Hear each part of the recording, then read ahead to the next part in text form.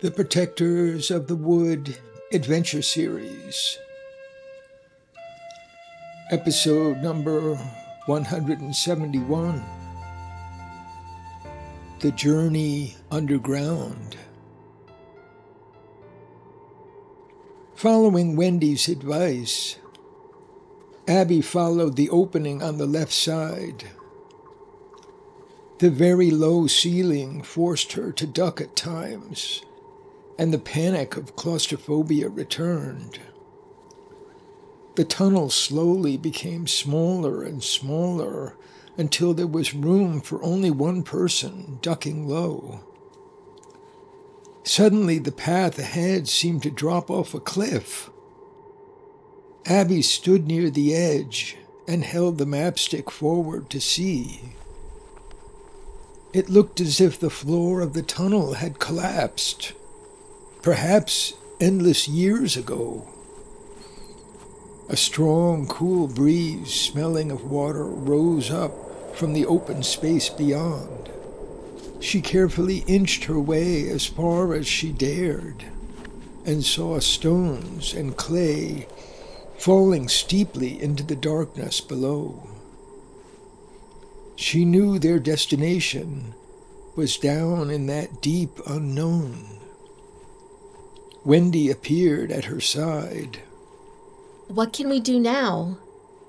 This looks like the end of the path.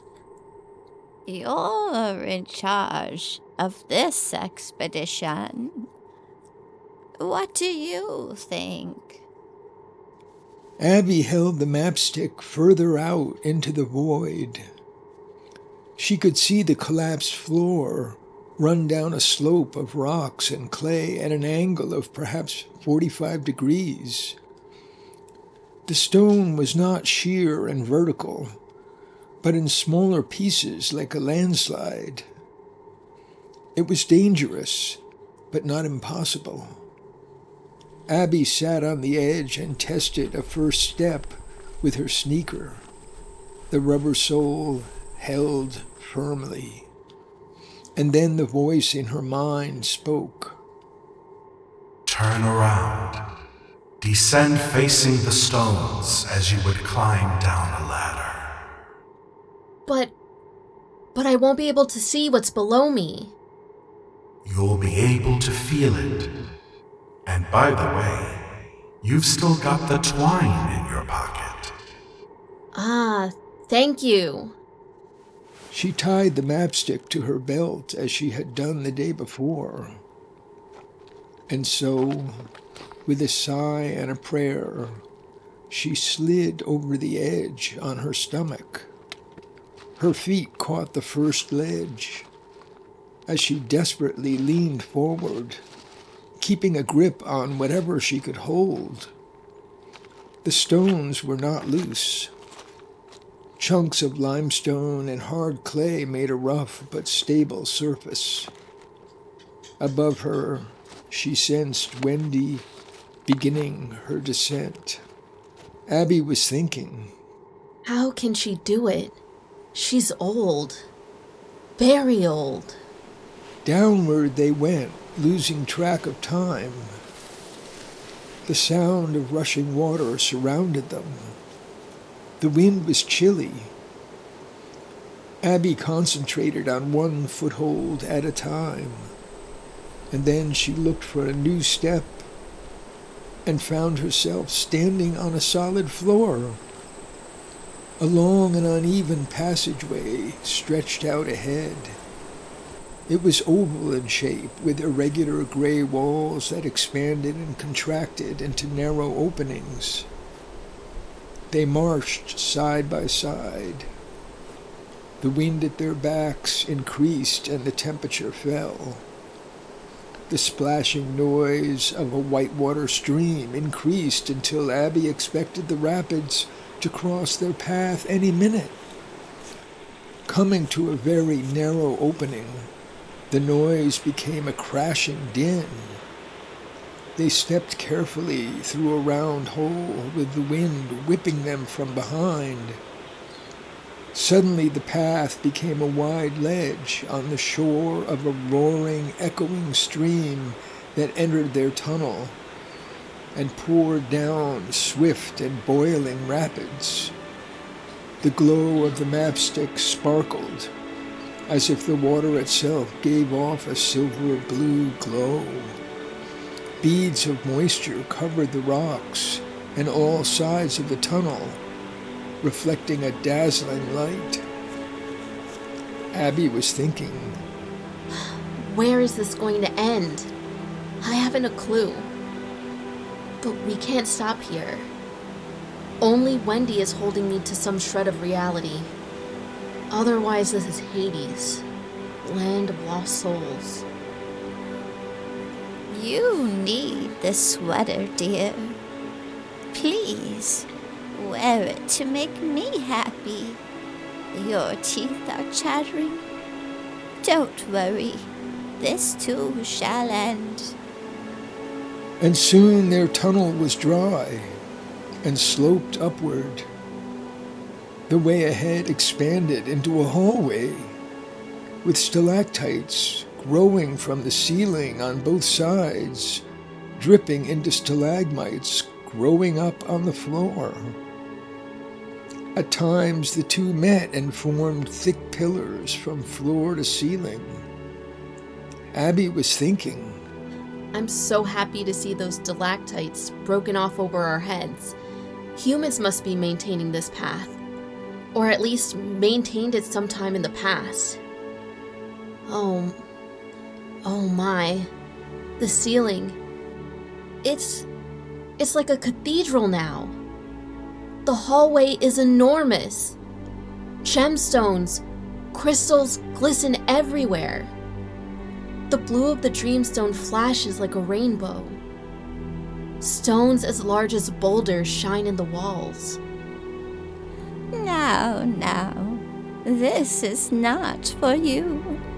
Do not stop here. Keep your eyes ahead. No resting now. the hallway continued to expand above and on both sides.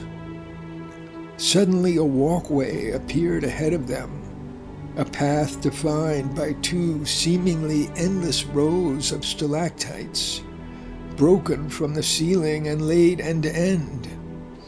The path widened and the cavern continued to expand until it was so enormous that Abby was completely overwhelmed. She could not take another step. Wendy allowed her a moment to get her bearings. I can't believe it. That ceiling is like the sky. An army could assemble inside here. Look at the colors. Look at the dreamstone. Oh my god. This is why you were laughing at me. I have such little faith. I underestimate the universe at every turn.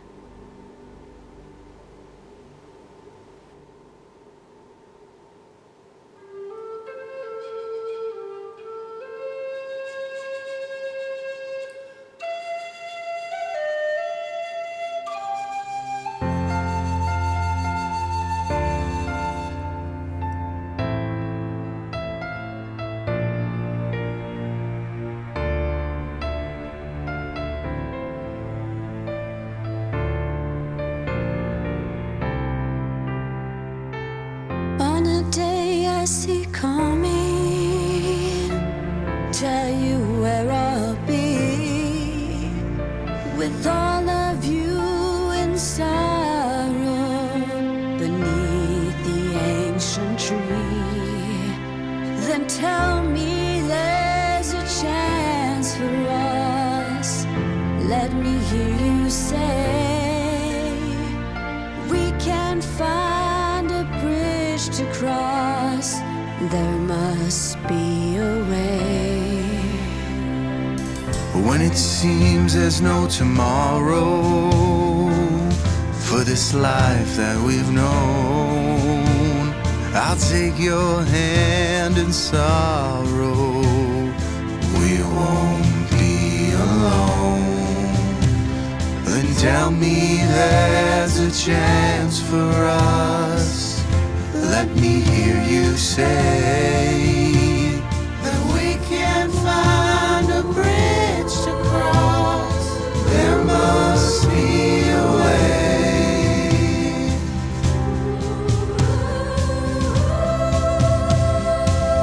When the summer is over and all that we see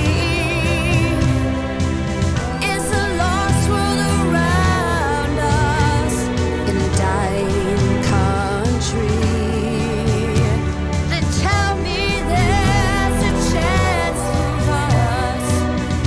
Let me hear you say that we can find a bridge to cross.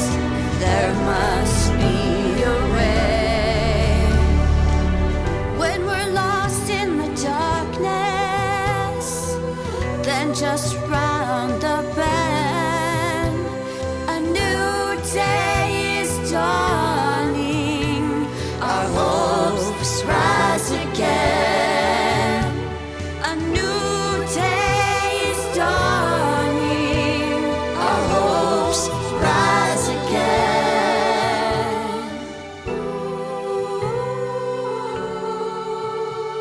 Our hopes rise again.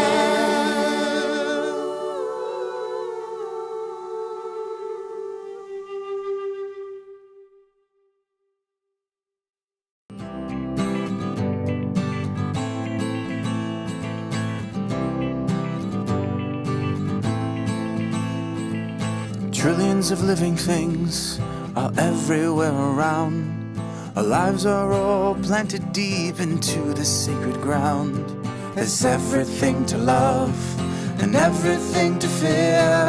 It's planet Earth in the universe and nature lives here. It's planet Earth in the universe and nature lives here. It's planet Earth in the universe and nature lives here. It's planet Earth in the universe and nature lives here. And nature lives here.